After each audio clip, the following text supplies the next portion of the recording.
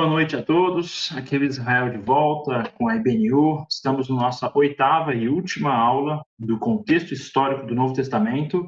A gente vai finalizar, então, o que a gente estudou até agora. E a ideia de hoje, eu vou fazer um breve resumo, bem por cima do que a gente viu, e vamos finalizar até o Apocalipse, para a gente entender o contexto, os últimos imperadores do ambiente romano e alguns detalhes adicionais para a gente, enfim, conseguir ter essa compreensão um pouco melhor. A minha sugestão é, depois desse curso, dar uma revisada no Novo Testamento, dar uma lida e ver como essas informações puderam auxiliar, né, na compreensão do texto e avançar nosso entendimento da Bíblia. Então, eu vou só resumir agora brevemente. A gente teve 6 aulas, 3 sobre Grécia e 3 sobre Roma, e depois a aula passada é essa, mais associada mesmo, efetivamente, ao Novo Testamento. Então, a gente estudou inicialmente o ambiente grego, vimos, né, os minoicos, os micênicos e os dóricos, desde a civilização em Creta até a região da Anatólia, dos jônicos, e depois da expansão dos dóricos, contexto onde surge a cultura que depois será expandida, né, globalmente. A gente foi na Grécia clássica, vimos o embate entre Atenas e Esparta, o confronto cultural, significativo até porque Paulo vai para Atenas e vai dialogar com essa visão, a filosofia e essa cultura no Areópago. Então, a gente viu sobre esse confronto civilizatório entre as duas culturas, a micênica e a dórica, e depois o conflito com a visão oriental, a cultura persa, a tradição persa que remete até a conquista da terra de Israel pela Mesopotâmia, a Síria, a Babilônia e os persas. Essas culturas vão entrar em conflito, e quem sai vencedor vai ser os gregos, na pessoa de Alexandre o Grande. Quando Alexandre tem as suas vitórias, ele vai pegar toda a cultura que foi fermentada e criada no contexto da Grécia clássica, particularmente em Atenas. A gente sabe muito bem, né, que o seu professor foi uma sequência, né, Aristóteles é aluno, né, de Platão, aluno de Sócrates. Então, toda a visão grega em Atenas, que depois vai ser traduzida no ginásio, na astronomia, engenharia, teatro, toda essa cultura, a gente viu sobre as bibliotecas, como isso expandiu nas duas civilizações, dos Seleucidas, os Ptolomeus, e como isso impacta a terra de Israel, o ambiente dos macabeus, os conflitos, as culturas, questão de circuncisão, questão de ir para o ginásio, estudar, a Bíblia vai estar em hebraico, a Septuaginta, então vai para grego, muda para latim com os romanos, todo esse contexto. Depois a gente estudou Roma, que vai ser a civilização, o império que reina sobre a terra de Israel durante a vida de Cristo e dos apóstolos, desde os primórdios, a criação, a situação de plebeu para patrício, um ambiente de monarquia, república e império, essa transição onde Roma derrota os seus inimigos, até chegar na terra de Israel, na figura de Pompeu, nas conquistas no ambiente da guerra civil na Judéia, criada pela Revolução dos Macabeus e a dinastia dos Asmoneus, né, os príncipes e reis helenizados da tradição judaica. A gente entra, então, num cenário de caos, de confusão, guerra civil. É o primeiro triunvirato nas pessoas, né, de Júlio César. A gente vai ter o vitorioso, derrota Crasso, e vai se posicionar como o principal indivíduo, criar o império, e daí é assassinado, e depois Marco Antônio e Otaviano vão entrar em conflito. A gente vai ter o primeiro César, o primeiro imperador definitivo, a transição de república para império, no indivíduo de Augusto César, que vai fazer o recenseamento, fazer com que José e Maria tenham que ir até a cidade de Belém, voltar para a região das suas origens, para fazer o censo, voltar depois para Nazaré, evitando o Herodes, que governava a região da Judéia. Nesse contexto, então, a gente entendeu também como a engenharia romana foi fator preponderante que marca e caracteriza a forma em que os romanos dominaram e expandiram sua cultura. Eles juntaram a helenização grega com a engenharia romana e cultura romana e fizeram um combo nesse como a gente vai ver até em Israel, na terra, no momento de Jesus, figuras como o templo, né, que é associado a Herodes, o segundo templo refeito em conexão com as grandes obras que eram feitas na cidade de Roma, enfim, através do Império, grandes obras de entretenimento, como o teatro de Cesareia Marítima, comparável com teatros e anfiteatros no Império, e obras de engenharia militar e de comunicação terrestre, as ruas construídas pelos exércitos romanos, fundamentais para a propagação do Evangelho durante o período das viagens missionárias de Paulo e dos outros apóstolos. Então, a gente vai, resumindo, a gente mostrou isso na aula passada, né? Desde Alexandre, a gente conhece o Antigo Testamento, vai acabar no período pós-exílico, daí a gente entra no período interbíblico, onde a gente vai ter a presença de Alexandre, Ptolomeu, o Antíoco, a bagunça, o Antíoco IV, rebenta tudo, bota o porco no templo, guerra civil, Macabeus, os Asmoneus, vai ter guerra civil, os romanos entram no jogo, entram no lado do Hircano, a gente vai ter, então, uma dinastia nova, e com essa transição surge o Herodes, a gente estudou sobre Herodes, o Idumeu, né? O pai dele, o Antípatro, vai fazer essa parceria com os romanos, Herodes herda, ele vai ganhar, né, o título de etinarca, né? O rei da etnia judaica, do povo judaico, e ele representa os romanos. Nesse contexto, o império surge, e você tem a transição de república para império, vai nascer Cristo, vai ter, então, durante o reino de Tibério, a vida de Jesus e a trajetória associada ao seu ministério na Galileia e as suas visitas para Jerusalém. Então, a gente fechou na aula passada, basicamente nesse momento, falei sobre os Césares. O que eu queria fazer para finalizar o curso é a gente pincelar os principais Césares que reinaram durante o Novo Testamento, para nos dar uma noção de contexto do que aconteceu quando e quem que são os indivíduos envolvidos, e ter um pouco melhor a visão de onde Jesus fez o ministério dele, o que a gente tem de descoberta arqueológica para nos ajudarem a entender o que já foi descoberto, o que já está comprovado, o que é história e o que é Bíblia. Vamos, então, seguir adiante. Fechando a cronologia que a gente tinha estudado, né? Acaba o reino de César Augusto, no ano 14 depois de Cristo. Um pouquinho antes disso, a gente tem a reforma do templo concluído. Cristo, a gente falou na aula passada, né?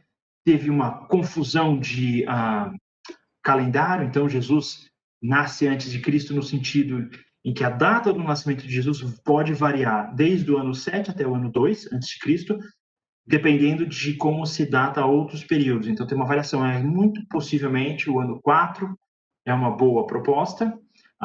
Nesse contexto, morre Herodes e os seus filhos, os tetrarcas, né, os 4 filhos vão receber cada um reino. Vai ter o Arquelau, o Antipas e o Filipe. O 4º Herodes, ele acaba não recebendo nenhum território, vai para Roma e vive lá a vida, uma vida bem confortável, mas não governa mais. Então, esse contexto, a Judéia passa para a administração romana direta, vão ter vários governadores escolhidos por César, escolhido por, enfim, governo central do império, que vão chegar até Pôncio Pilatos. E nesse contexto, então, no ano 8º depois de Cristo, aproximadamente, a gente vai ter a visita de Jesus ao templo, né? A gente lê sobre essa história, ele se apresenta como um indivíduo que conhece muito conteúdo. Por que Jesus vai para o templo? Muito possivelmente, há 12, 13 anos, o momento do Bar Mitzvah, né? É o momento onde o indivíduo judeu, dentro da sociedade, assume a sua responsabilidade, o seu compromisso perante a Deus. Então, para uma criança, o pecado está sob responsabilidade do seu pai, dos seus pais, enfim. Se eu peco com 7 anos, meu pai é responsável, ele oferece sacrifício no templo. A partir dos 12, 13 anos, você se torna responsável, você tem que ir para o templo, ler a Torá, ler a Bíblia, e a partir desse momento, se você comete algum erro, você é responsável perante Deus, tem que oferecer os sacrifícios e, digamos, é a emancipação espiritual do jovem. Então, nessa transição, Tibério se torna César, e a gente vai, então, entrar num período de reino. Isso aqui eu coloquei para vocês terem uma ideia, de quem que está governando, até porque fica confuso, um monte de nome, que nem a gente viu os Herodes, né? Tem uma penca de Herodes, confunde, é um grande Herodes e vários descendentes. Tem uma dinastia chamada Júlio-Claudiana, que é uma dinastia de uma família poderosa do norte da Itália, e essa família gera Júlio César, que vai ser o primeiro. Augusto César vai ser, enfim, sobrinho vai ser adotado por ele na prática, daí Tibério é adotado por Augusto, depois a gente vai ter Calígula, a gente vai ter Cláudio e Nero. Então, os principais aí, Júlio e Cláudio, que vão ser os dois indivíduos mais relevantes, acabam trazendo o nome da família Júlio-Claudiana. Então, todos os principais imperadores, até Nero, basicamente são da mesma família. Vamos, então, seguir em frente. Tibério. Quem era Tibério? Para ter uma ideia do imperador que reinou durante o período de Jesus. Tibério ele era um cara um pouco mais fraco socialmente do que Júlio César ou que Augusto. Augusto era um cara muito imponente, muito relevante. Tibério vai ser um cara mais pacato, fechado, reservado, descrito pelos historiadores como uma pessoa meio, enfim, fica no canto dele, escuro, uma atitude pouca visitação, pouca participação no espectro público, na interação com o povo. Ele não queria ser imperador, ele queria ficar de boa, ele cresceu a carreira político-militar normal, que nem qualquer patrício, chegou no nível bom, cansou, se aposentou na ilha de Rhodes, onde tinha o famoso Colosso de Rhodes, e ele espera tocar a vida, vai viver na praia. Daí morrem os outros herdeiros, os filhos, enfim, que podiam ser César. Ele acaba sendo a única alternativa, então Augusto chama ele de volta, ele acaba virando César, e vai rolar uma tensão com o potencial outro candidato, que é o Germânico, e vai gerar uma baita de uma dor de cabeça, porque depois que Tibério vira César, ele persegue, possivelmente assassina Germânico e os seus filhos, já mostra o que a gente falou nas últimas aulas, proposta de poder humano, de domínio, de destruição dos seus inimigos, dos mais fracos, totalmente oposto ao que Jesus vai propor. Então, esse reino que ele vai ter, né, Tibério, durante o ministério de Cristo, vai ser um reino que é eficiente, de certa forma, mas sem nada muito especial e com alto nível de perseguição dos seus inimigos políticos, e vai passar os últimos 10 anos isolado na ilha de Capri, vivendo, digamos, uma gestão à distância. E ele vai colocar o outro indivíduo para gerir Roma na sua ausência. Inclusive, esse outro indivíduo ele é relevante porque é ele que vai indicar o Pôncio Pilato, que é o Sejano, né? O Sejano vai, inclusive, tentar matar Tibério, matar o Calígula. Ele vai ser depois executado no final da sua vida. E ele é um indivíduo que diretamente coloca Pôncio Pilato como governador da Judéia. E a província da Judéia, a gente estudou bastante sobre o ambiente do Império Romano. A Judéia é uma província dor de cabeça, não era uma coisa legal. Não é um sonho de um governador, de um indivíduo romano, eu quero gerenciar a Judéia. É dor de cabeça, o judeu ficar fazendo rebelião, tem outra religião, outra cultura, sempre dá dor de cabeça, fica na fronteira com os persas, sempre tem guerra. Então, não é que Pôncio falou, nossa, que legal, fui promovido, subi na vida. Ele disse, nossa, vamos passar mais uns anos aqui na província e depois eu volto para a civilização. Essa é a atitude de Pôncio que até vai de encontro com o comportamento dele no encontro com Jesus. Então, a gente está mais ou menos aí. As datas nunca são perfeitas, porque a gente tem esse erro do calendário. Aproximadamente 27 antes de Cristo, João Batista vai ter o início da sua carreira e vai batizar Jesus. E bem depois disso é que ele já vai ser executado por Herodes Antipas, lembra? Um dos descendentes, é quem está governando a região da Judéia. E Herodes vai executar João Batista. Se a gente lembra bem do Antigo Testamento, pega, por exemplo, os profetas, tem um comportamento no texto bíblico de questionamento e confrontação de injustiça, especificamente quando ela vem por parte dos governantes. Então, João Batista vai ter essa atitude, vai questionar e confrontar e vai apontar o dedo e falar, olha, esse governador está fazendo coisa errada, imoral. Herodes tinha ele pegou a esposa do irmão dele, era um cara meio promíscuo, tinha conduta reprovável, ele foi derrotado militarmente, queimou o filme. Então, João Batista está criticando, Herodes fica preocupado, esse desespero para manter o poder, então ele vai acabar executando, né, a João Batista nesse contexto de tentativa de consolidação e manutenção do poder. E então a ideia de um Messias triunfante e libertador está muito forte. Esse é o medo de Herodes. Inclusive, esse é o medo geral de todo mundo que governa a Judéia, que vai surgir um próximo. Trocou de reino muitas vezes nos 100 anos antes de Cristo chegar. Então, essa expectativa, essa instabilidade está muito forte. E nesse período do reino de Tibério, além desse cenário na Judéia, você vai ter o início de uma expansão judaica dentro do Império Romano também, antes da destruição de Jerusalém. Então, a presença judaica cresce em Roma, os tementes a Deus vão crescendo, já vai começar a ter uma expansão dessa presença judaica dentro do contexto de outras províncias. A gente já falou sobre a Anatólia, a região da Turquia, a região da Grécia, então vai ter um crescimento, inclusive na cidade de Roma. Aqui, eu queria mostrar para a gente já viu, né, na última aula, a Semana Santa, né, a última semana de Cristo, tudo que foi feito, tinha um mapinha legal. Esse aqui é um bom mapa para a gente ter uma ideia da geografia do trabalho de Cristo. Então, se a gente pega, por exemplo, o batismo de Jesus, provavelmente a gente está aqui na região de Israel, o Mar Morto no sul, né, o Mar da Galileia no norte. Na prática são lagos, né, o Lago do Norte é doce, o Lago do Sul é salgado, porque o Lago do Sul não sai água, então acumula, evapora e fica os minerais que vêm com a chuva e com o rio. Possível e provável localização do batismo de Jesus é na região próximo do deserto da Judéia, no Rio Jordão. Então a Judéia fica nessa região do sul aqui, onde vai ficar Jerusalém. Nazaré é uma cidade muito ao norte, bem aqui, uma cidade pequena, uma cidade próxima de obras de engenharia e de construção de Herodes.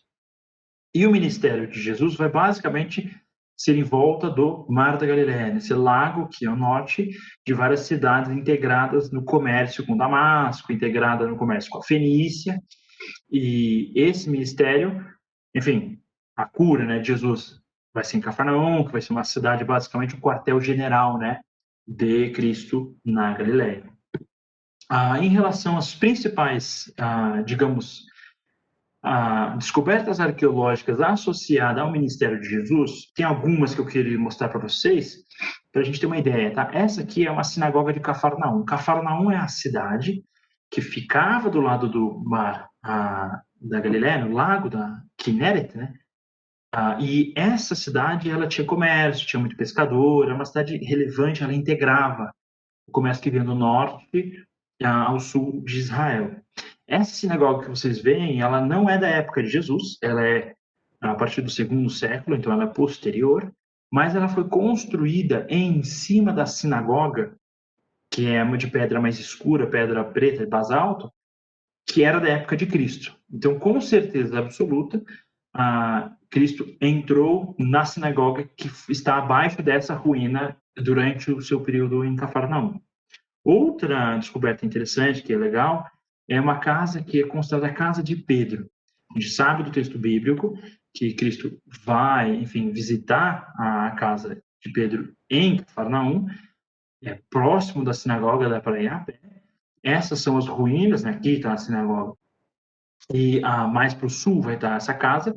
E aqui a gente tem um mapa que mostra a geologia das construções que foram feitas desde o período dos romanos até hoje. Então, depois, enfim, da destruição da região da Judéia e da região de Israel, você vai ter construções até de uma igreja bizantina, por volta do século VI, você vai ter outras construções em cima desse sítio. Então, hoje, inclusive, tem uma igreja católica, que esse sítio é administrado pela Igreja Católica, e é muito possível, né, inclusive muito razoável, que essa seja construções que foram feitas sobre a localização onde residiu, enfim, a família de Pedro, onde Jesus foi durante, enfim, o período em que ele estava em Cafarnaum. Outra descoberta muito interessante nessa região foi o barco do I século, que foi descoberto recentemente, faz algumas décadas já vai, mas é relativamente recente essa descoberta. E esse barco ele é mais ou menos do período dos apóstolos. Então isso é muito interessante, porque a gente sabe muito bem a história de Jesus, ele vai andar na água, ele vai, enfim, estar presente nesse ambiente dos pescadores. Esse barco ele provavelmente se assemelha aos barcos de pescadores. O perfil do barco é um lago que não é tão significativamente grande, então as embarcações são limitadas em termos de tamanho, mas é uma boa referência para o que seria um barco no período, enfim, do Ministério de Jesus. Interessante que dá para visitar, enfim, tem um museu e tudo, e esse barco está muito bem preservado porque ele ficou debaixo da lama de um jeito onde ele não, a madeira não apodreceu. Então, muito interessante a descoberta arqueológica que foi feita. E outra coisa que é muito legal, isso que a gente já está fora da Galileia, já é na região de Jerusalém, mas é legal também ter uma ideia, foi o tanque de Siloé, que a gente tem em João 9, né? Jesus vai curar o cego, e à direita tem uma reconstrução muito do que muito provavelmente era esse tanque na época. A gente falou já sobre, enfim, o desenvolvimento da medicina dentro do mundo helênico. Então, é comum, até a gente não falou nesse curso, mas algumas igrejas dentro da região da Turquia, Laodiceia, a gente sabe a questão das termas, água quente, água fria, água morna. Tem uma tradição antiga na história humana de você buscar purificação e cura dentro de lugares onde tem águas de temperaturas variadas. Então, tem locais com águas que estão associados a tratamento de saúde, os banhos, enfim, associados à medicina. Então, é muito comum esse tanque de Siloé estava associado à cura e à saúde também. E foi uma descoberta também que foi feita em Israel, que dá para ser visitada, muito interessante, da época de Jesus. Outro tanque que também foi escavado, esse é mais difícil de acessar porque é meio profunda a escavação, mas é o tanque que fica perto da Porta das Ovelhas. Então, é o tanque de Betesda. À esquerda é uma reconstrução que foi feita uma maquete que tem em Jerusalém, e à direita é a escavação propriamente dita. Todas essas descobertas estão associadas ao ministério de Jesus, tanto na Galiléia quanto em Jerusalém, e mostram que a arquitetura, né, e a engenharia do período romano foi preservada em escavações arqueológicas e nos ajudam a identificar aonde Cristo foi, o que ele estava fazendo. A gente consegue estudar o texto bíblico e visitar essas ruínas para entender a questão de geografia. As coisas começam a fazer mais sentido. O Jonas já deu aula, né, aqui na IBNU sobre geografia, mas quando a gente fala, então o pessoal subiu, né, até Jerusalém. Se você vê a geografia, Jerusalém realmente é um ponto elevado. Então, fica fácil de entender algumas descrições do ministério de Cristo no contexto da cidade onde elas ficam, qualquer distância, tudo começa a fazer um pouco mais de sentido. Um lugar que eu acho muito especial entender, e é uma das razões principais porque a gente consegue até pensar, João Batista batizou Jesus mais perto do Mar Morto, né? O que tem no Mar Morto que é muito interessante? A escavação de Qumran. Por que esse lugar é sensacional de se conhecer? Porque a gente falou, né, sobre os saduceus mais helenizados, associados um pouco mais com sacerdotes, com o templo, os fariseus, a galera mais tradicional, vamos seguir a Bíblia, vamos ler a Torá, seguir a lei, e os zelotes, a galera da pancadaria, da violência, vamos assassinar esses invasores e estabelecer a monarquia do Messias. E tinha um quarto grupo, que são os essênios, não está 100% comprovado se eles efetivamente eram as pessoas que moravam em Qumran, mas muito provável e muito possível. Tinha uma comunidade que estava associada à mesma lógica no monasticismo da Idade Média, a ideia de a sociedade está contaminada, vamos embora, não tem como consertar, jaz do maligno, vamos ficar orando e viver no meio do deserto e se aproximar de Deus, porque não tem mais como consertar esse mundo, está muito contaminado. Então, tem uma associação direta a João Batista nessa comunidade, até pela sua conduta e o jeito que ele vivia no deserto, enfim, a alimentação e a atitude dele perante a estrutura de governo herodiano, né? O que é super legal dessa região foi a descoberta dos manuscritos do Mar Morto, foi feita exatamente lá. E muitas pessoas já ouviram falar sobre isso. Por que é tão importante os manuscritos do Mar Morto? Porque se a gente pega e estuda o texto bíblico para conseguir fazer todas as traduções adequadas, quanto mais próximo do original do hebraico, melhor vai ser. E a gente estudou e sabe que os gregos fizeram a versão Septuaginta e os latinos, os romanos vão fazer a Vulgata. Então, na Idade Média, até a Idade Média, no cristianismo primitivo e Idade Média, isso vai ser a base do texto bíblico que vai circular na igreja. Qual que é o problema? O original está em hebraico. Então, qual que era o original mais antigo que tinha-se acesso até o século passado? Era exatamente o texto mastorético, que é mais ou menos do século X, que tem o Códice de Alepo, né? Então, esse era o texto mais antigo. Então, quando surgiu a secularização do Ocidente, o pessoal questionava, a Bíblia foi alterada, a igreja mudou todo o texto, o último documento é do século X, o cara escreveu a Bíblia no século VI, isso foi tudo inventado.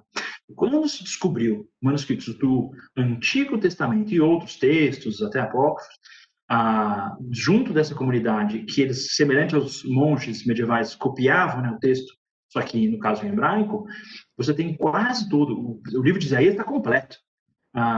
E isso tudo preservado em pergaminho, preservado até alguns papiros, mas a maior parte em pergaminho, nessas cavernas na região próxima de Qumran, aonde esses essênios provavelmente fugiram na destruição da Judéia de Jerusalém. E o último detalhe que eu acho legal, isso dá para visitar inclusive em Jerusalém, no museu, é o documento mais antigo em paleo-hebraico que existe, é um texto de números que fica numa bênção sacerdotal, né? É metal, por isso que foi preservado, e é antes do exílio. Então, muito legal, esse seria o documento mais antigo. Então, se já tinha uma bênção sacerdotal numa roupa decorativa no ano 600 a.C., esse texto é mais antigo. Então, muito interessante, realmente a lei ela antecede esse período, e isso é muito importante dentro do contexto da arqueologia bíblica. Outro assunto que eu acho legal a gente ter uma noção só para entender um pouco melhor, eu falei muito sobre história, mas tá, Israel, de onde você tirou essas informações? Você inventou? Você leu isso aonde? Onde estão nossas fontes confiáveis? E tem várias fontes, mas a gente conhece muito bem o Tácito, né, que era o historiador romano, ele vai citar, vai ter vários historiadores do contexto do Império Romano que vão falar sobre o que aconteceu na Judéia. Mas um dos principais, que é muito interessante, que escreveu muito, muito sobre o período histórico do primeiro século no judaísmo, na Judéia, foi exatamente esse Flávio Joséfo. Então, o Flávio Joséfo, ele é um judeu, só que ele também é romano, então ele é misto, e ele vai estar do lado dos romanos na destruição do templo. Ele vai acompanhar e vai escrever sobre isso. Então, muito interessante isso, muito legal, e ele vai escrever 2 livros, A Guerra dos Judeus e Antiguidades Judaicas. Então, muito do conteúdo que é utilizado hoje para entender, enfim, a história, tem o original do Flávio Joséfo, lógico, ele é um cara que tem uma apologia pró ao judaísmo, pró o time dele, né? Então, tem propostas muito específicas, mas ele é uma fonte muito legal, muito interessante para ser estudado. Então, meio que fazendo esse apanhado, vamos seguir a sequência dos imperadores. A gente tinha a Tibério, que começou no ano 14 e terminou no ano 37. Isso é durante o ministério de Jesus, era só Tibério, a condenação, tudo era Tibério. Acabado Tibério, lembra aquele Germânico, um outro potencial imperador, que não vira imperador, ele deixa Tibério tomar frente, ele tem muitos filhos, a maior parte é assassinado, sobra o Calígula. Esse Calígula, então, inclusive eu falei quando eu descrevi o exército, né, que o nome dele está associado àquela sandália, né, o calçado militar, e quando ele era moleque ele usava roupinha de exército e o pessoal apelidou ele de pequeno, até a botinha de militar ele está usando. Então ele não gostava desse apelido, e eu faço questão de chamar disso porque ele era um cara muito zoado. Ele, então, vai ter um reino curto, ele era um cara... A gente tem 3 imperadores que são zoados, que é Calígula, Nero e depois Domiciano. São os 3 caras bem complicados. Ele vai ser o primeiro, mas ele reina pouco. Ele vai ter um problema de saúde, vai desenvolver um tipo de demência, que é bizarro. Ele vai botar o cavalo dele como cônsul. A gente sabe que o cônsul é um cargo relevante, né? Cônsul e sacerdote.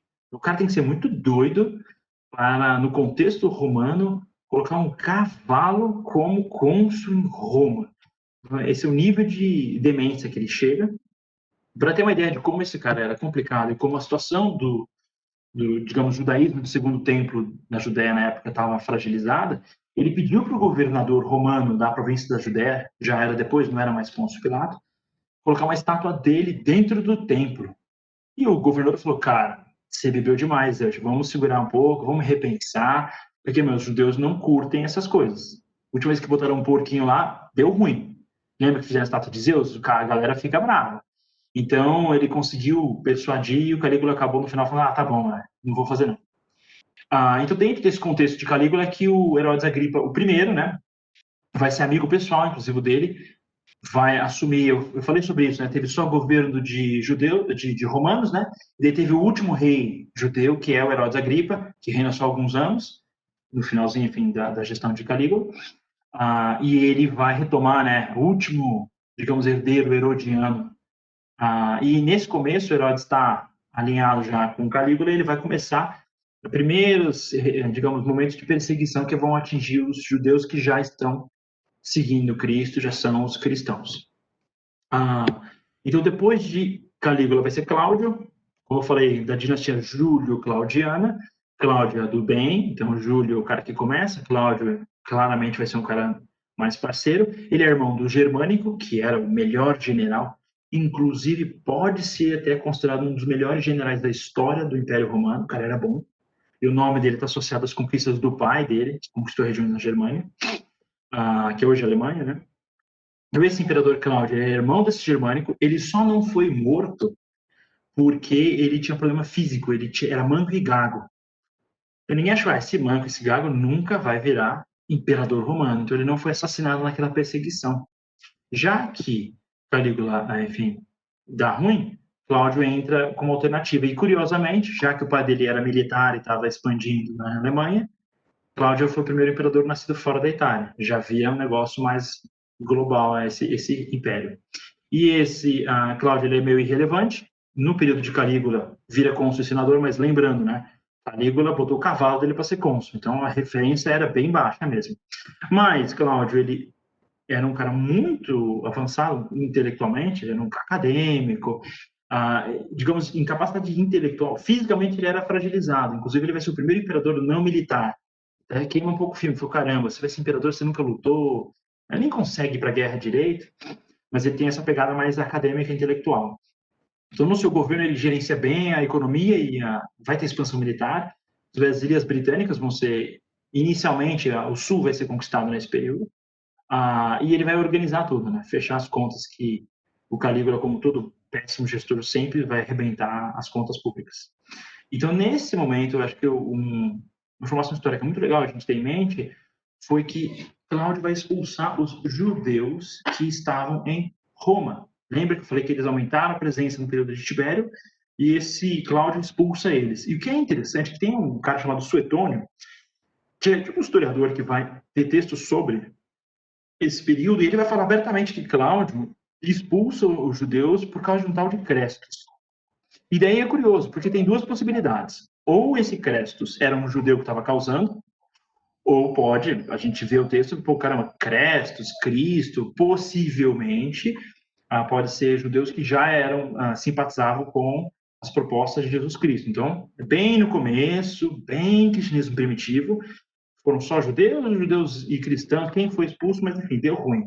E o que é interessante é que no texto bíblico, se a gente vai para Atos 18, Priscila e Áquila, está escrito no texto que eles encontram Paulo, eles só estão em Corinto porque eles foram expulsos de Roma por Cláudio. Então, isso também ajuda a datar o texto bíblico, facilita a datação até das viagens depois de Paulo.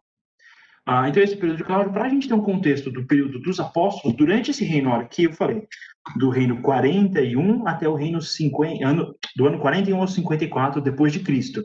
Então, Tibério foi 37, 4 aninhos de Calígula só fazendo bobagem, entra Cláudio, já dura uns 13 anos, e nesse momento a gente vai ter o quê? Primeiro, Pedro vai ser preso na Judéia por Herodes Agripa, que era brother de Calígula, na reta final da sua gestão.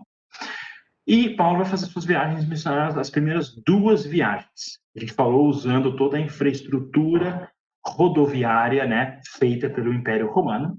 Então, nesse ambiente, Paulo vai visitar, inclusive teve uma fome, um problema de comida que aconteceu na região geral, né, do Império, mas atingiu particularmente região já do Judéia, então Paulo vai até fazer viagem e levar apoio financeiro dentro desse contexto.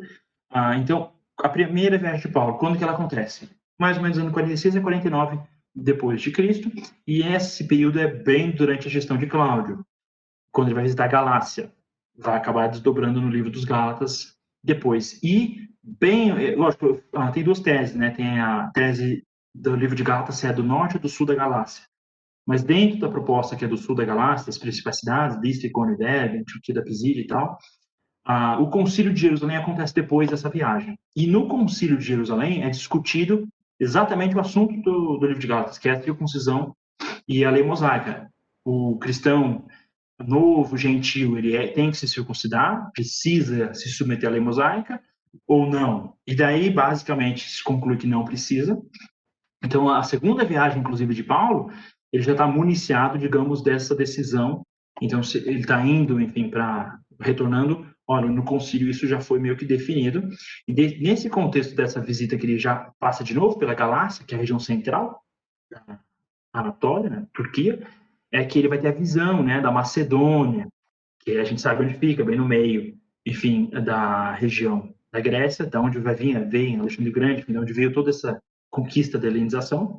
E essa visão da Macedônia vai fazer com que Paulo entre exatamente nesse ambiente grego propriamente dito e vai até Atenas, vai para o Areópago e ele vai discutir e vai trabalhar, enfim, a proposta de Cristo, a proposta do Evangelho, no ambiente onde a filosofia foi desenvolvida, onde você tem um alto nível de desenvolvimento intelectual e, inclusive, o lugar onde que é o Areópago pode ser até visitado em Atenas, até porque esse lugar está associado à democracia antes da estrutura da construção de toda a estrutura da Acrópole ateniense. E depois dessa viagem, Paulo faz um pit stop, né, que vai durar mais ou menos quase um ano e meio, em Corinto, uma outra cidade rica, desenvolvida, associada ao comércio. E o que é super legal é que em Corinto tem essa inscrição que foi encontrada, chamada inscrição de Galho, que data o período em que Galho vai estar associado enfim, ao julgamento de Paulo. Então isso é interessante, porque data exatamente dos anos 50 a 52 depois de Cristo. Muito interessante. Essa também é uma descoberta arqueológica diretamente associada ao Novo Testamento. Então, a gente está nesse contexto, está acabando o período de Cláudio, vamos entrar, então, num outro César que é mais zoado. Antes de entrar nisso, só uma ressalva, a gente falou já sobre questão de comércio, e na Bíblia vai ter um momento onde Jesus é questionado sobre imposto. Uma coisa curiosa é que a moeda, ela é desenvolvida, ela é criada na região da Lídia, que é a região das viagens missionárias de Paulo, bem no meio da Anatólia. E nesse contexto vai surgir, vamos separar, né, vamos pegar o eletro, que é um metal que tem ouro e prata, eles vão aprender a separar o ouro e a prata, vão criar a moeda de ouro e prata, e isso depois vai ser absorvido pelos persas, gregos, e vai chegar a Roma. E para você dar valor a uma moeda, você tem que associá-la a um reino. Sempre foi assim, até antes da moeda. Quando tinha o lingote, você associava o lingote ao império, à capital e à reserva de cereais ou de, enfim, alimento que ele tinha. Semelhante ao que José faz, né, no Antigo Testamento. É isso que era riqueza. Então, toda moeda vai ter o César aqui, o Júlio César nessa moeda. Então, o denário, que era, digamos, a moeda que circulava, está sempre associada ao governo daquele momento. Então, os imperadores mexem com esse dinheiro. Então, isso é muito interessante ter essa consciência que tudo que é comercializado já nesse período já são moedas que são carimbadas pelo domínio, pelo poder que está gerindo. E quando você tem, por exemplo, as monedas, os macabeus, eles vão propriamente fazer as próprias moedas, vão carimbar, botar a cara deles. Isso é interessante. Então, a moeda que estava na mão da galera era realmente César, ficava atrás da moeda. Você dá para fazer aquele discurso de Cristo faz mais sentido dentro desse contexto. Era o denário, que era, digamos, o real romano. Então a gente vai chegar para Nero. Nero, acho que todo mundo conhece bem. É um cara que a fama dele é bem, bem zoada. Eu tenho certeza que vocês já não devem gostar muito dele. Mas quem que é esse Nero? O que ele fez exatamente que deu tão ruim? Primeiro que esse cara já começa causando, e ele já é fruto de uma bagunça, porque o pai dele não é o o cara que está casado com a mãe dele é a Agripina, a jovem, que casa com Cláudio, mas o pai dele era outro cara, ela é a terceira, quarta esposa dele, a bagunça. Então, nessa situação, a mãe de Nero vai assassinar Cláudio, que era o antigo imperador, para garantir que o seu filho fosse imperador e não o britânico, que era filho de Cláudio com outra esposa, e o nome britânico, que nem germânico, porque foi conquistada a região da Bretanha na época. E então, quando Nero vira em César, ele tem 16 anos, ele é um adolescente, ele só fazia bobagem, é topeira total. E quem vai gerenciar na prática Roma no começo é Sêneca, burro e Agripina. E tá no nome do cara burro, mas ele era mais inteligente que Nero, mas enfim. Não deu muito certo essa gestão. No final vai dar ruim para todo mundo, Sêneca vai ter que se matar, o burro vai morrer, enfim, sozinho mesmo. E a Agripina, aí que é interessante, que é o primeiro caso, digamos, de matricídio dentro da estrutura de governo romana, muito bizarro. E, basicamente, o que acontece é, a mãe de Nero começa a ficar preocupada. Ela fala, mano, esse cara é muito doido, vai dar ruim. Daí ela muda de estratégia e ela começa a apoiar o britânico. Nossa, meu filho é tão estragado que eu prefiro que ele não seja imperador. Só que Nero descobre e ele assassina a mãe dele. E desse contexto, vai acontecer o famoso incêndio de Roma. E quando teve o incêndio, Nero não estava em Roma quando começou o incêndio. O incêndio durou vários dias, enfim, e destruiu praticamente 1/3 de Roma totalmente, mas danificou, basicamente, 2/3 foram queimados e 1/3 foi destruído. E o problema foi, poucos dias depois que rolou esse incêndio, que acabou e que foi tudo resolvido, Nero veio aqui, ele ajudou, ele apoiou e tal. Nero tira um monte de plano de construção, fala, vamos fazer essas obras aqui, vamos chamar a cidade de Nerópolis. Daí o pessoal falou, caramba, não tem como o cara ter tanto projeto pronto para construção para um lugar que não tinha sido destruído antes. Da onde, faz quanto tempo que ele está trabalhando com essa obra? Ele estava esperando pegar fogo? Então, dentro do ambiente político e social, ele foi associado como possivelmente, e muito provavelmente, alguém que causou esses incêndios para fazer obras para se endeusar e se valorizar.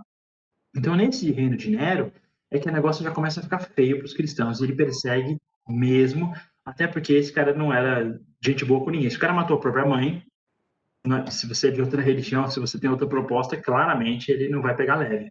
Então ele vai acabar culpando os cristãos por esse fogo, para tirar, enfim, o foco dele, e vai perseguir cristão por Roma, primeiro em Roma, depois sai perseguindo no Império todo, vai ser um período terrível, e lógico, dentro desse contexto de datação, de história, depende, tá? Tem gente que fala, nesse período que Paulo foi morto, talvez foi morto depois, mas sim, claramente nesse período é que tanto Paulo e Pedro provavelmente vão ser executados dentro do reino de Nero. Então, são apóstolos extremamente relevantes.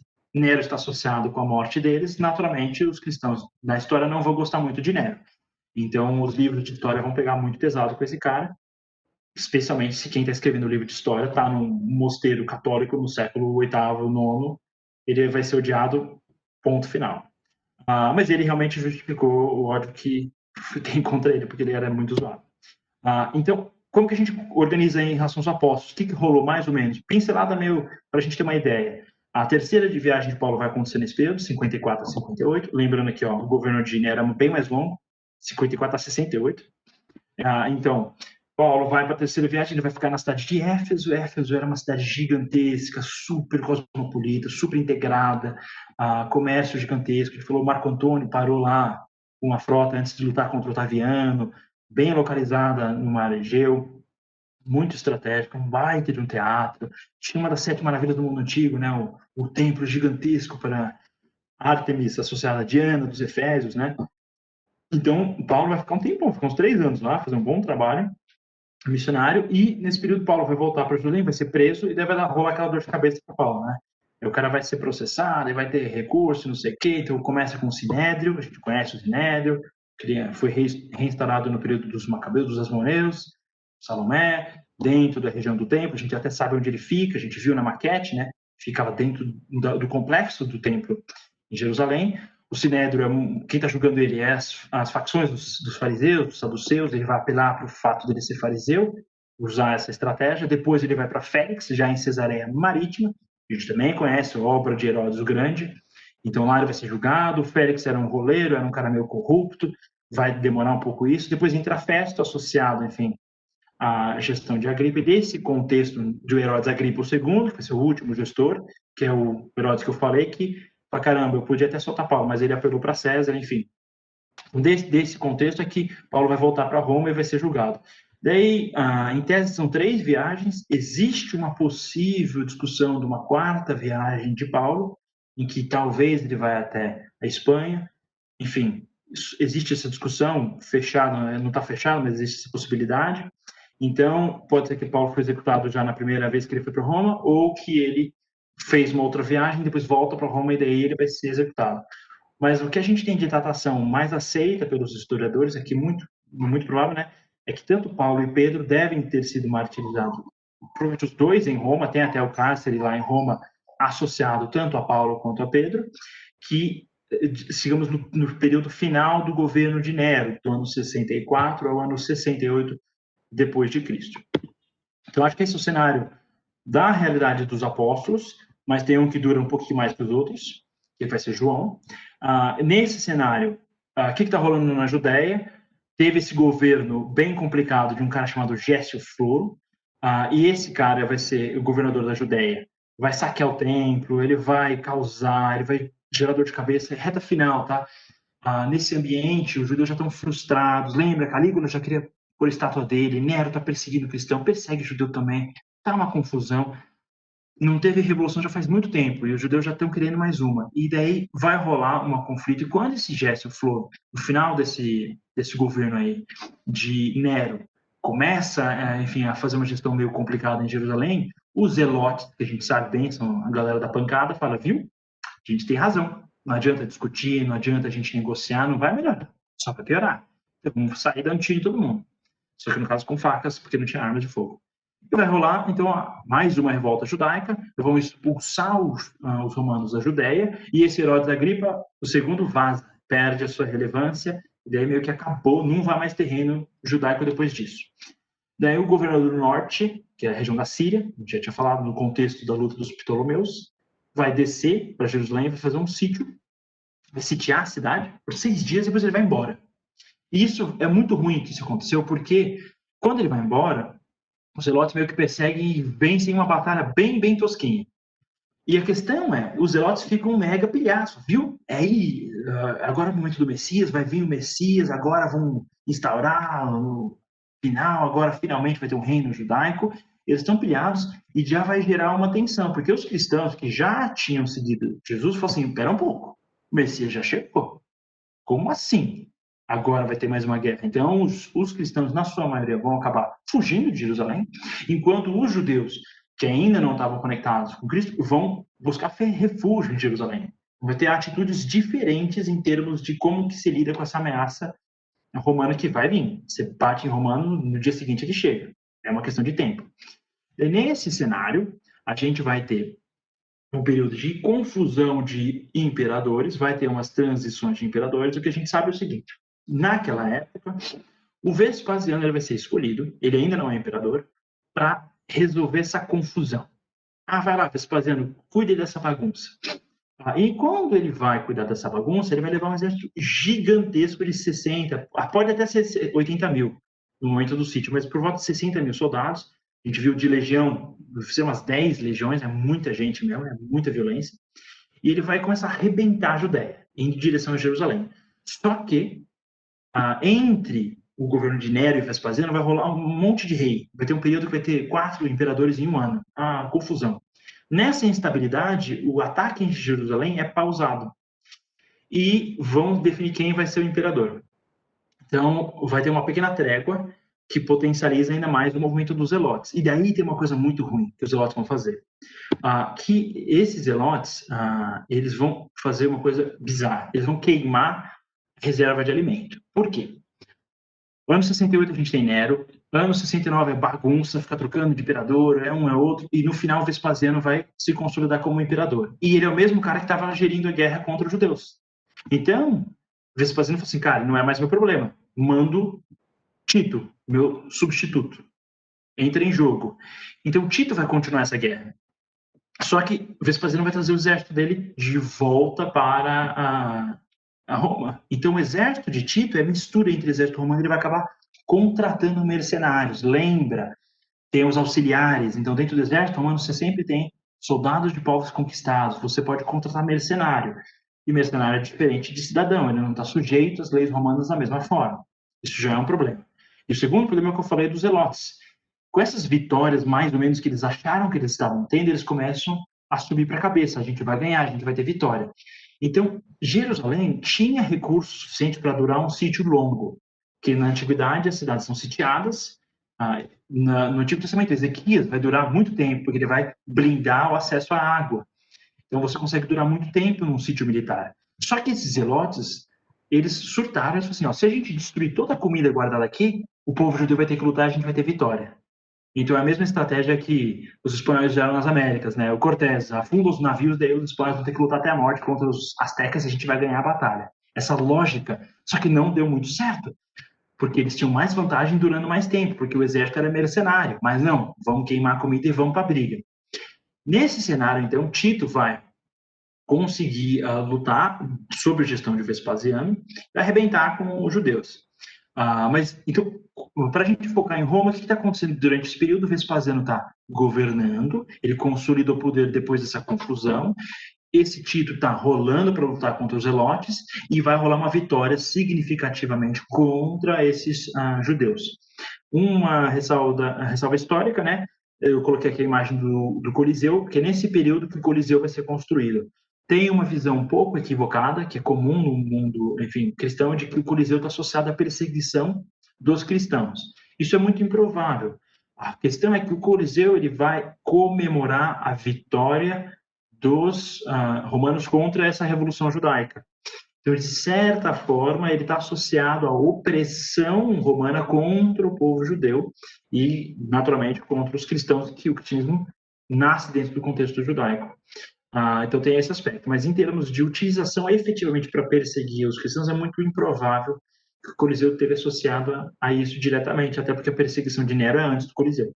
Então, não tem como Nero queimar cristão no Coliseu, porque não existia ainda. E o Coliseu só vai ser mesmo inaugurado depois de Tito, né? Mas vamos lá. Vai acontecer a destruição de Jerusalém. Por que isso é importante pra caramba? Porque a destruição de Jerusalém acaba o templo. Jesus falou que ia dar ruim. Se a gente lê o Novo Testamento com esse contexto, você vai ver várias coisas que Jesus falou faz sentido porque depois o templo foi destruído e porque a terra foi arrebentada. Então é muito legal ler as palavras, enfim, de Cristo dentro desse contexto. Bem interessante. Essas imagens que eu coloquei aqui são de basicamente duas coisas. Primeiro, é o templo sendo destruído, mas quem fez a vitória militar foi Tito. E Tito tem aquela tradição famosa do triunfo, que eu expliquei, dos Césares, é uma tradição antiga, na verdade, de triunfo.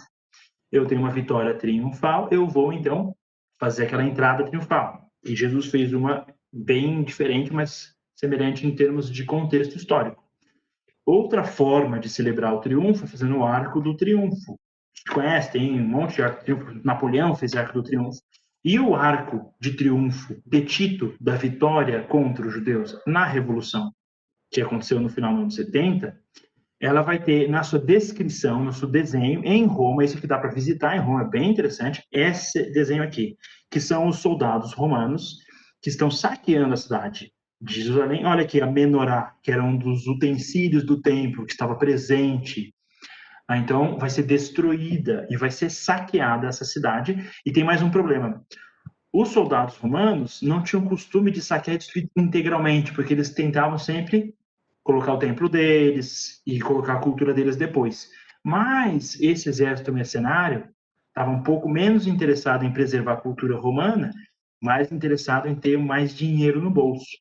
Então, a destruição de Jerusalém foi particularmente nefasta para a cidade. Depois dessa destruição, então, a gente vai ter a consolidação de Tito. Ele vai reinar pouquíssimo tempo. O cara, infelizmente, só basicamente destrói Jerusalém e morre. Mas ele vai governar muito pouco, porque Vespasiano dura até 79, e Jerusalém vai ser destruída no ano 70, o templo, né, vai ser destruído. Então, o que Tito faz? Ele basicamente finaliza a campanha, se torna imperador, faz o arco, e ele está associado, o cara, imagina isso, o cara governou 2 anos, o cara conseguiu ter o Vesúvio foi destruiu Pompeia durante o governo dele. Isso realmente é triste. O cara tem 2 anos de mandato e tem que lidar com que nem uma pandemia global. O Vesúvio destrói Pompeia. Então, enfim, não devia ter destruído Jerusalém, mancada. Mas ele está associado, então, à finalização da construção do Coliseu. E nessa sequência de imperadores, a gente chega para a reta final. O último grande imperador, que é Domiciano. Esses são os imperadores ruins, na verdade. Depois dele vai ter os imperadores bons, dentro da trajetória, enfim, da avaliação histórica. Eu não estou falando que eu acho quem é bom ou quem é ruim, mas eles são considerados como imperadores bons e ruins, enfim. Domiciano ele vai governar mais tempo, de 81 a 96, e esse é o imperador que está associado a João, o apóstolo João, que vai ser exilado em Patmos. O governo de Domiciano ele é bem zoado, na verdade. Lembra que eu falei, né? Você tem o Calígula, que é o primeiro zoado, depois você tem Nero, que é o segundo, e Domiciano é para fechar com chave de ouro de maldade. Então esse cara vai ser considerado pelos historiadores como um tirano cruel e paranoico. Só uma ressalva histórica: os historiadores não gostavam de Domiciano, tinha um problema pessoal com ele. Então tem uma dificuldade de ler esse texto histórico e entender que rola uma tensão. Então, o autor já não curte o cara, vai descer um pouco mais, para escrever mais pesado contra ele. Mas ele justifica também o seu comportamento, ele era muito complicado. Então, ele vai ter instabilidade econômica, vai ter dor de cabeça financeira, ele vai ser famoso porque ele valoriza o paganismo romano. Então, ele quer de volta às origens. Vamos chegar com o nosso Deus, lembra o pontífice máximo pagão, vamos integrar com a nossa tradição. Por que ele queria valorizar tanto os deuses?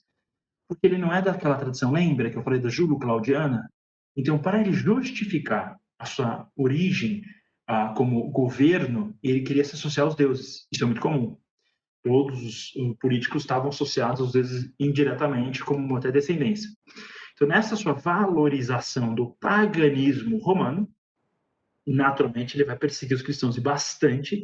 Nesse período especificamente de Domiciano é que a gente é muito razoável essa associação, muito provável que nessa perseguição João deve ter sido exilado para Patmos. Isso não era uma coisa rara, tá? Isso é comum. Exilava toda hora, tem um Herodes que foi exilado. É muito comum pessoas serem exiladas e você prefere exilar o cara para uma coisa mais isolada, não para uma. Não vai exilar para Éfeso, Roma. Exila o cara para uma ilha mesmo. É muito provável que Patmos estava exilado. João foi exilado em Patmos, nesse período de Domiciano, e é associado ao texto do Apocalipse, deve ter escrito nessa época, e Patmos fica pertinho de Éfeso, pertinho das 7 igrejas do Apocalipse. Então, essa aí, digamos, é a reta final. O último apóstolo estaria associado com esse imperador, e a gente fecha esse período de história romana, dentro do contexto do Novo Testamento. A partir disso, a gente vai entrar. Eu só coloquei 2 slides aqui do período do cristianismo se expandindo. Está meio ruim para perceber esse slide aqui, mas isso aqui é só para vocês verem. Inclusive, antes de eu falar desses slides aqui, eu já vi que entrou algumas perguntas. Já que essa é a última aula, se vocês tiverem mais perguntas, podem mandar e eu vou fazer de tudo para responder todo mundo sem nenhuma informação incorreta. Se tiver pergunta que eu não sei responder, eu não vou responder coisa errada, não. Mas vamos aqui. Para finalizar, então, quem tiver pergunta pode mandar, fiquem à vontade, tá? Final agora. Esse aqui é um mapa para vocês terem uma ideia. Lembra das viagens missionárias de Paulo? Então, quando você está no ano 100 depois de Cristo, que é bem 4 anos depois de Domiciano, bem depois de João, olha como está o cenário da igreja no mundo romano. Tem uma presença forte aqui na região das cartas, enfim, do centro da Anatólia, mais para o oriente, a região da Jônia.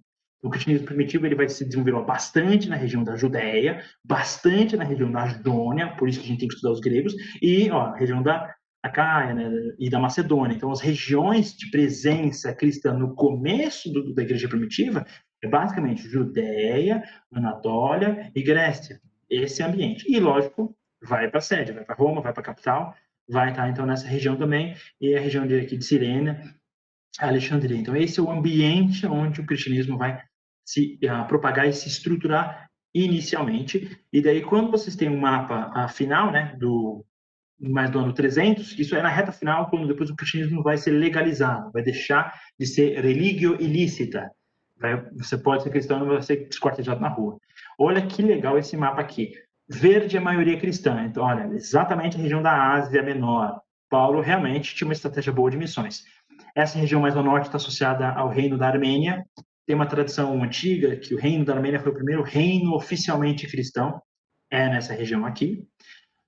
E vai ter uma presença forte na região aqui associada a Cartago, onde fica a Tunísia hoje. Daí você tem a região que tem minoria cristã. Aí toda a região da Judéia, toda essa região aqui da Grécia, sul. Lembra essa sul aqui, pessoal? Nas aulas dos gregos, aqui, ó, Tarentum, Croton, Siracusa, são toda a região de influência grega. E todo esse espaço aqui, roxo, que está na Espanha, era a zona de influência dos cartagineses. Então, quanto mais integrado com o comércio, mais rápido o cristianismo se propagou. Quando regiões que nem a Lusitânia estava mais isolada, demorou mais tempo para o cristianismo chegar. Então, você vê esse mapa, você vê, olha, se tinha um lugar integrado no comércio e na logística do contexto romano, aí o evangelho se propagou mais rápido e com mais eficiência. Esse aqui é um mapa de desenvolvimento, digamos, urbano do Império Romano, basicamente. Não é à toa, então, que o cristianismo está associado à urbe, à cidade, e o não cristão está associado ao campo. Por isso que os não cristãos são chamados de pagãos, associados a paganos, ao campo, ao interior.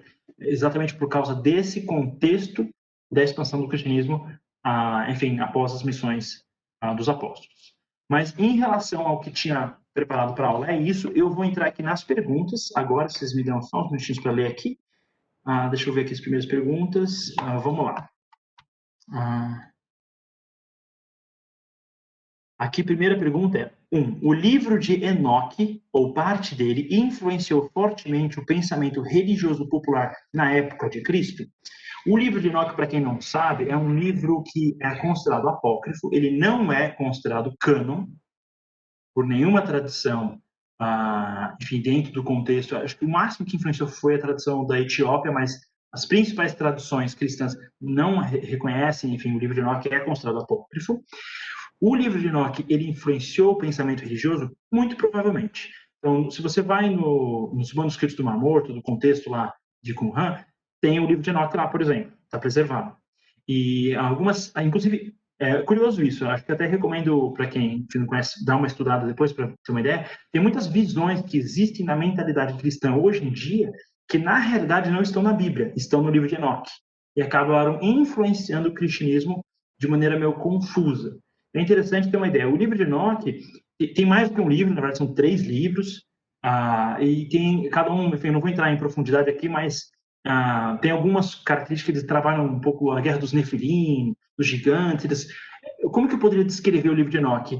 Você tem, pensa que você tem um filme principal de ficção científica, e daí você faz o segundo filme de desdobramento. É como se o Enoque fosse uma sequência de ficção científica baseada no Antigo Testamento. É mais ou menos isso.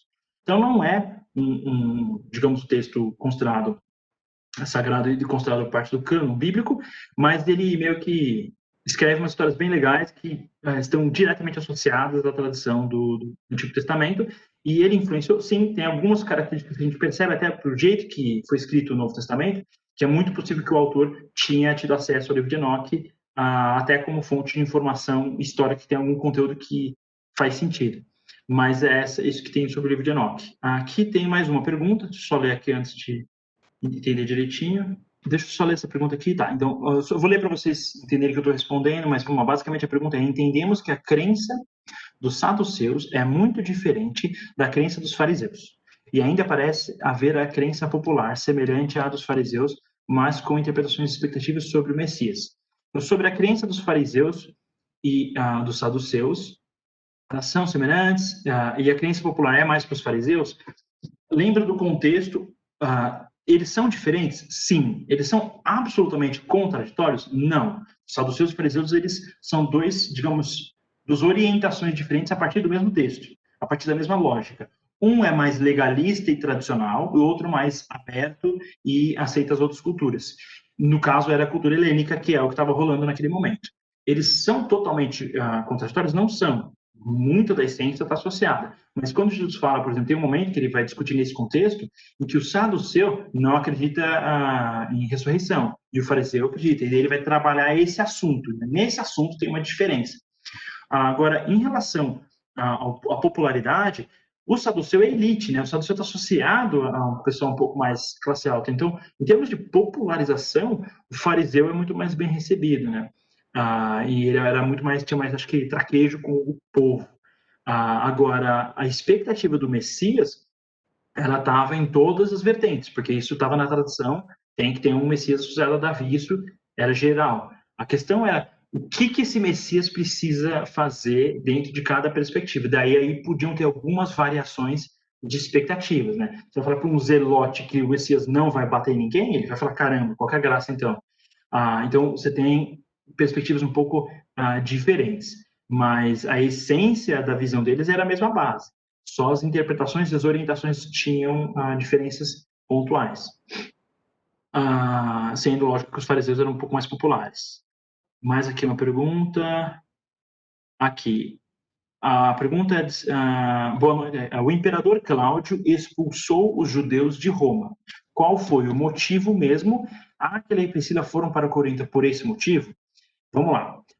Primeiro, por que Cláudio expulsou os judeus de Roma? Isso, de acordo, só tem um registro histórico sobre isso, que é de Suetônio, tá? Então, é muito bom na história quando você tem vários registros diferentes. Nesse caso, só tem um registro que vai mencionar especificamente. Esse Suetônio fala que Cláudio expulsou os judeus porque eles estavam causando, literalmente isso. Ele fala assim, eles estavam criando problema. E ele vai associar a um nome, está escrito em latim, Crestus. Qual que é o problema? Quem que é esse Crestus? Era um judeu que estava... Lembra, os judeus eles tinham um costume de... Tinham os prosélitos, que são os estrangeiros, e tem os tementes a Deus. Então, os judeus eles tinham essa questão de inserir estrangeiros dentro da sua tradição. Isso, de alguma forma, foi rejeitado por Cláudio e pela gestão em Roma. A questão é, era só judeu ou era cristão que já seguia Crestus? Crestus é um judeu que está causando ou é um cristão que está causando? Então, isso aí não está consolidado. Eu, pessoalmente, acho que é muito provável que tinha alguma proximidade com a presença já cristã em Roma, mas isso não está fechado. A questão é que tanto Priscila e Áquila são judeus, independente deles serem cristãos, eles são judeus também. Então, se os judeus são expulsos, eles vão para a rua. Se os cristãos judeus são expulsos, vão para a rua. No caso deles, provavelmente, a expulsão está causada especificamente aí, os judeus foram expulsos nesse período, então é por isso que eles estão em Corinto, porque Corinto, enfim, eles podiam ir para lá. Então é exatamente essa causa da expulsão. Se eles já eram cristãos, se não eram, eu particularmente acho que sim, mas enfim, não está fechado arqueologicamente esse assunto. Mas essa é a causa exatamente. Hoje eu recebi mais perguntas, então eu me perdi aqui nas perguntas, pessoal. Deixa eu só ver aqui, tem mais duas. Mesmo depois das cartas apostólicas do batismo, não havia sido desenvolvida a doutrina da Trindade totalmente ainda. Sim?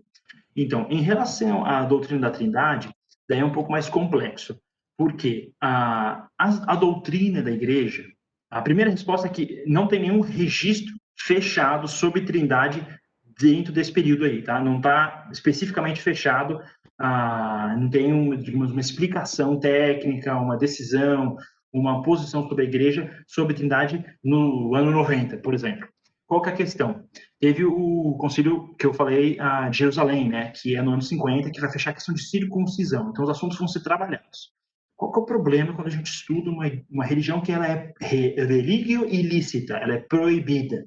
O cara está fazendo uma coisa ilegal, ele está sendo perseguido pelo Estado enquanto ele faz o que ele está fazendo. É aceito mais ou menos no rolo, mas é ilegal. Então, você vai ter uma dificuldade de achar documentos publicados dentro dessa comunidade. Então, teve algum texto escrito sobre a Trindade no ano 150? Cara, não tem nenhum registro, mas eu não garanto que não foi discutido esse assunto antes. O que acontece é, depois que o cristianismo vai ter liberdade para atuar, vai ter os concílios, enfim, de Nicéia, vai ter vários outros, Calcedônia. Então, a Trindade vai ser trabalhada nesses outros, depois, a partir do ano 300, é que vai ser trabalhado esse assunto e vai ter documento oficialmente sobre isso. Então, a pergunta era, tem uma doutrina fechada sobre Trindade dentro desse ambiente? Não sei, não tem registro disso. Isso só vai ter registro posteriormente. Daí aqui a gente vai ter, por exemplo, enfim, a partir do ano 300. Daí isso já vai ser igreja primitiva. A gente vai ter outro curso depois na EBNU que vai trabalhar a igreja primitiva, tá? E a parte da patrística, dos pais da igreja, e como que isso foi trabalhado. E isso a gente faz depois, e para entender um pouco melhor, porque muitas das posições tiveram heresias no período do início dos pais da igreja, tiveram posições que foram consolidadas, tiveram algumas ideias. Às vezes, você tem uma visão, né? Então, Deus, ele é onipotente, onipresente. Isso está onde? Qual livro do Novo Testamento Paulo fala que Deus é onipotente, onipresente? Cara, mas não foi Paulo que falou isso. Quem escreveu isso foi Tomás de Aquino, no ano 1000, justificando porque, dentro da lógica filosófica de defesa enfim, racional, que ele estava apresentando com lógica, Deus ele tinha que existir, ele era um ser necessário. Daí ele vai fazer um argumento lógico e daí vai surgir essa proposta. Daí, se você for ler os evangelhos, você não vai achar essa descrição exata. Então, para entender direito o desdobramento da fé cristã e como, quando os assuntos foram trabalhados, é interessante ter essa ideia mais ampla, né? Esse desenvolvimento. Lógico, tudo é baseado no texto bíblico. Então, nenhuma proposta, nenhum desenvolvimento de teologia ou de doutrina consegue ser feito independente da Bíblia. Precisa basear na Bíblia. Então, digamos, é a base, é o texto original. A partir desse texto original, quando você tem o desdobramento da igreja primitiva, vão surgir perguntas e vão ter que ter respostas e vão ter que ter desdobramentos como referência. Daí vai ter que ter hermenêutica e interpretação da Bíblia. Como que eu interpreto esse texto? Eu interpreto de um jeito ou de outro. Então, você vai ter que trabalhar esse assunto. E isso, com todo respeito hoje, o fato de ter muitas igrejas diferentes mostra que todo mundo não fecha todos os assuntos. E tudo bem isso. Acho que isso não é um fim do mundo. Mas, enfim, é uma característica do desenvolvimento da igreja na história. Então, acho que é essa pergunta. Aqui tem mais... Deixa eu só ler aqui mais uma... Tem umas perguntas meio longas aqui. Tem uma pergunta aqui. A primeira pergunta era qual é a opinião do pastor Saião. Ele é meu pai, mas eu não sei a opinião dele sobre tudo. Esse caso aqui, eu não sei exatamente qual a opinião dele, não vou poder falar por ele. Mas aqui perguntaram aqui qual que é a minha opinião sobre o livro de Enoque, se ele é ou não é inspirado por Deus. Minha posição pessoal é que o livro não é inspirado por Deus. A principal é que, primeiro, que eu não sei tudo. E eu acho que pessoas que estudaram muito, que construíram uma visão, se é consenso dentro de todos os pais da igreja, dentro de toda a comunidade da fé cristã, que esse livro não é cânon, deve ter uma razão por isso. Então, acho que é o primeiro ponto de partida. Por falta de conhecimento, eu já afirmaria que eu acho que ele não é cânon por causa disso, então não foi inspirado por Deus.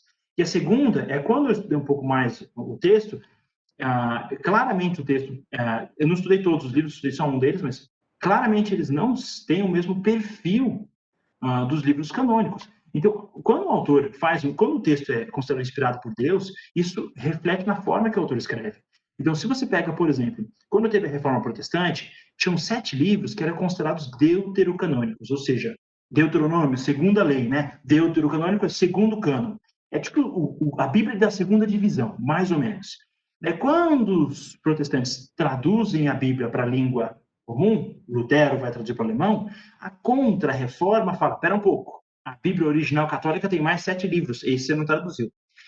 E a mesma Igreja Católica reconhecia que eles eram deuterocanônicos. Você pega o exemplo do livro de Macabeus. Cara, no texto do livro, o autor fala, pessoal, isso aqui foi o melhor que eu pude fazer. Se vocês gostaram, beleza, se não, foi mal. Cara, isso não é um texto inspirado por Deus. Você não finaliza um texto inspirado por Deus falando, galera, foi o melhor que eu pude fazer. Curte e dá um like aí. Não é assim que você escreve um texto inspirado por Deus. Então, o livro de Enoque, por mais que ele foi muito popular, e ele é um livro gigantesco, não é um livro, é muito texto. Agora, a melhor forma que eu vejo para descrever o livro de Enoque, realmente é tipo uma ficção baseada no que já foi escrito. Então, você tem toda uma estrutura, deixa eu trabalhar um pouco sobre isso e escrever várias ideias. Então, o que é escrito, por exemplo, sobre os Nefilim, é muito posterior. O livro de Enoque ele é redigido muito, muito, muito posterior ao período de Moisés. Ele fala um monte de coisa com influências sobre o período. Então, você também tem uma datação, né? Quando que o livro foi escrito, quando que ele foi desenvolvido, isso se consegue identificar pelo jeito que foi escrito, a linguagem, enfim, vários detalhes. Então, eu acho que a posição mais sábia a ser tomada perante o livro de Enoque é que realmente não é inspirado, mas não deixa de ser um livro interessante de ser estudado, enfim, posteriormente, entendendo o contexto dele, porque senão a gente começa a confundir as coisas. Então, acho que essa que é a minha posição. O Sayão, se vocês quiserem perguntar para ele, acho que manda ver. Vamos lá, tem mais pergunta aqui. Tá, aqui perguntaram sobre se eu posso indicar o livro de José. Enfim, será que você poderia indicar um livro de José? Sim, eu sou suspeito para falar porque eu gosto de história geral, né? É a minha paixão, mas em termos específicos para entender o contexto de destruição, se você quiser ler o livro, tem o livro de José traduzido, né? Que é das guerras contra os judeus. Eu acho que é o primeiro livro que eu leria para estudar. Agora, ler ele direto é difícil. Para quem já leu livros originais, traduções de Marco Aurélio, enfim, de Joséfo, de Tácito, é difícil porque o jeito que eles escrevem é muito, muito complicado. Então é difícil de entender. Dentro da bibliografia que a gente anexou a esse curso aqui, tem explicações sobre Flávio Josefo, mas a bibliografia ela é bem extensa, então tem vários textos diferentes. Quando você concentra na parte da história do Novo Testamento, dos primeiros séculos, você vai ter Flávio Josefo como referência original. Então, eu acho que dá uma olhada na bibliografia que vai ter conteúdo sobre ele. E se você quiser estudar particularmente sobre ele, eu não tenho nenhum livro específico para indicar só sobre ele, mas ele tem os 2 livros principais que ele escreveu. Talvez pegar uma versão comentada do livro das guerras seja interessante, para ter uma noção sobre o período dele. Aqui tem mais uma pergunta aqui.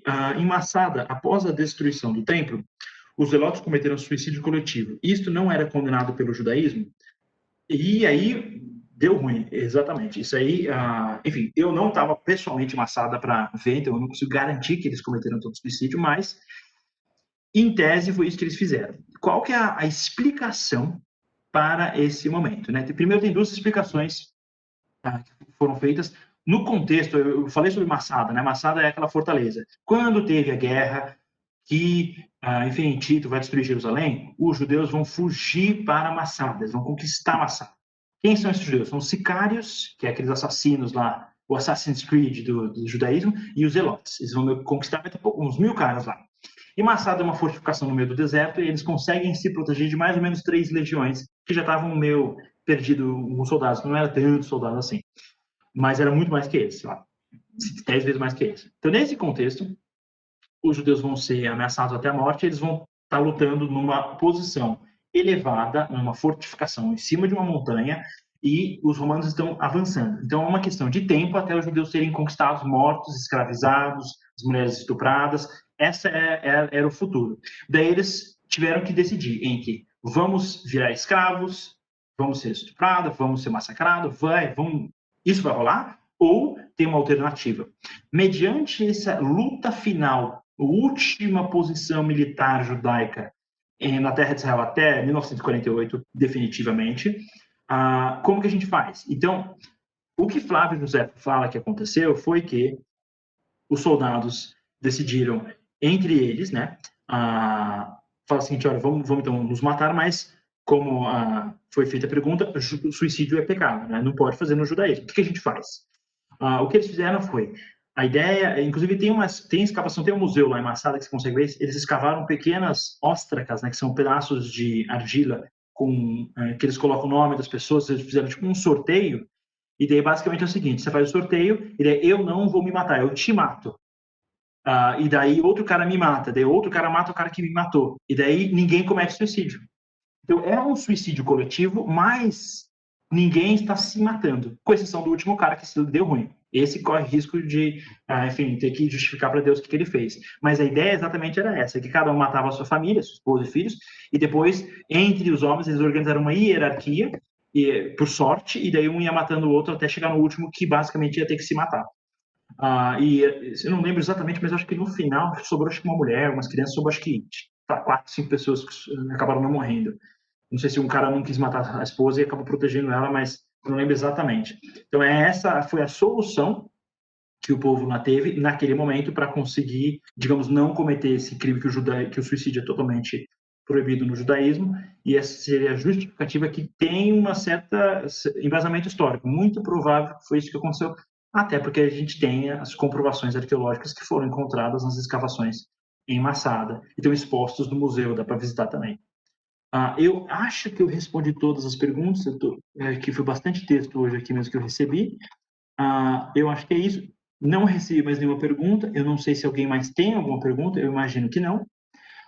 Mas esse foi o curso que a gente fez sobre o Novo Testamento. A ideia foi exatamente explicar o máximo que a gente pôde, de maneira mais clara, do mundo greco-romano e como ele integra com o contexto bíblico. Agora, acho que a segunda fase desse curso é a leitura do Novo Testamento por parte de todo mundo e repensar, né, a forma que o texto foi escrito, repensar o que está sendo discutido em cada momento, à luz dessas informações históricas que nos ajudam a entender melhor o texto.